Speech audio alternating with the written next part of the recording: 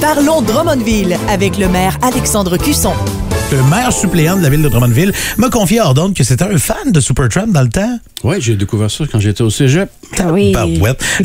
Sa douce voix que vous avez entendue, c'est M. Yves Grondin, qui est maire suppléant de la ville de Drummondville, en l'absence d'Alexandre Cusson, qui est du côté de l'Allemagne, c'est ça? Oui, il est à Hanovre en ce moment, avec une délégation d'entreprises de Drummondville pour participer à une foire industrielle où il y a plus d'un quart des millions de personnes qui vont fréquenter cette foire-là. C'est la plus grosse foire industrielle au monde. Fait qu'on est là pour le côté technologique de la chose. On est là pour le côté technologique pour voir comment les industries peuvent prendre le virage du 4.0. Alors, c'est l'intégration du numérique et de la mécatronique aussi. Alors, c'est les robots, par exemple, la production automatisée.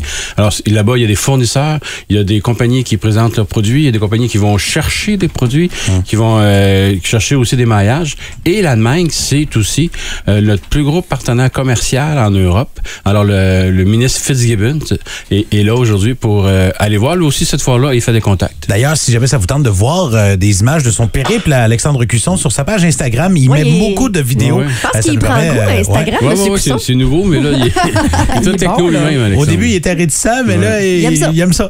Il y avait plusieurs dossiers qu'on a jasés hier à l'Hôtel de Ville, notamment pour des traverses de piétons, Jen. Oui, parce que les gens sont venus déposer une pétition hier à l'Hôtel de Ville en disant, en gros, nous sommes des gens avec un handicap visuel et on a certaines difficultés à traverser certaines portions de rue, entre autres le boulevard Saint-Joseph, parce qu'on a des feux sonores à Drummondville, mais on n'en a pas partout. Et là, on voudrait, eux, leur espoir, c'est que ça se propage un peu plus. Mais l'handicap visuel, c'est un des handicaps qu'on a peut-être le moins adressé encore, si je peux prendre l'anglicisme, dans nos politiques d'accessibilité universelle, mais c'est un qui est au top des nouveaux soucis qu'on a.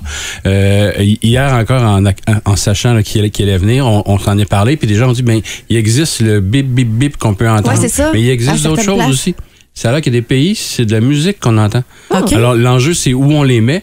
Quand c'est un quartier qui est très commercial, c'est pas l'enjeu. Mais quand c'est un quartier où il y a plus de résidents, d'entendre à la journée longue, à toutes les 5 minutes, le bip, bip, bip. Peut-être la musique serait mieux, finalement. Il y a déjà eu des plaintes. Alors, on veut pouvoir répondre à tout le monde. Oui, l'application iHeart Radio, c'est gratis. C'est peut-être ça qu'on va faire. Mais c'est un problème très sérieux, puis ça fait partie de la politique du développement durable. Ça va en faire partie, comment on va l'adresser, cette question-là. Donc, ce sera à suivre au niveau du Conseil. Quel autre dossier qu'on a jasé hier à l'Hôtel de Ville? Vite comme ça, on a parlé... Hey, hein, ça me prend de courir. Tiens, il y a tellement eu de sujets. Mais tu parlais, entre autres, de la promenade des voltigeurs. Pour l'instant, on l'appelle comme ça, mais ce soir, il y a une rencontre pour qu'on puisse aller donner notre avis sur qu'est-ce qu'on aimerait avoir sur la promenade. Ce soir, à 7h, il y a une rencontre de consultation. Les gens doivent s'inscrire sur le site de la Ville, parce qu'on veut savoir s'il y a 50 ou 150 personnes ça, pour gérer les attentes. Puis gérer les attentes, puis gérer les chaises aussi. C'est important parce qu'ils vont se faire présenter un peu les grandes orientations de ce que pourrait être le parc. Alors, les gens vont pouvoir réagir. Comment les différentes fonctions de tourisme, de détente, de contemplation, de loisirs. On veut-tu des parcs, des tables, des bancs? Veux-tu des voies pour les vélos, des voies pour les piétons? Donner notre avis, une plage sur le bord de la rivière, y a-t-il des canots-kayaks qui devraient être là? On sait que la rivière, là-bas, elle est large, mais elle n'est pas très profonde.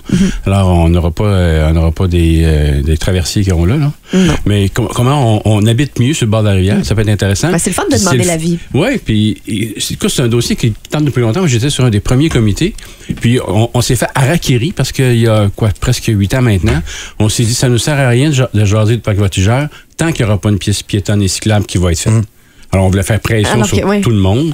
Puis, en fin de compte, je pense que ça a réussi parce qu'on devrait marcher dessus là, au côté du mois de juin. Moi, je me pose une question vite de même, brûle pour point. Ça n'a pas rapport pantoute avec rien qu'on a parlé. Mais vous êtes maire suppléant de la ville. Oui. Ça veut-tu dire que vous n'avez jamais le droit de partir, ça, que vous êtes obligé de rester ici dans les voyages d'Alexandre Cusson? En fait, oui. Ça veut dire que quand lui s'en va, moi, je dois rester ici. C'est arrivé qu'on est parti en même temps. À ce moment-là, il y a quelqu'un d'autre pour certaines responsabilités qui est nommé, parce que s'il y avait le quoi d'urgence, ça prend quelqu'un. Mais avec Alexandre, vous savez comment il est technique, alors il n'est jamais vraiment loin de Drummondville, il est toujours au bout du fil potentiel. S'il y a de quoi, la prochaine fois qu'il part et vous voulez partir, je me propose au pire. Mais c'est toujours un peu stressant quand il part, parce que l'exemple des 6 dernières années, il est souvent arrivé quelque chose de spécial. Une avis d'ébullition, puis d'eau dans un coin, avis d'inondation. À chaque fois, quand il est parti la semaine dernière, c'est bon. Bonne chance, Yves. Une catastrophe, c'est toi qui vas la gérer. Ben, il vous a laissé le dossier des nids de poules, fait que c'est correct comme ça. On est là-dessus, pas à peu près. Oui, on va patcher ça dans les prochaines semaines. Ben, écoute, on a engagé 4 équipes de plus, parce que vraiment, cette année, les rues ont comme explosé. Là. C'est comme ça la grandeur du Québec.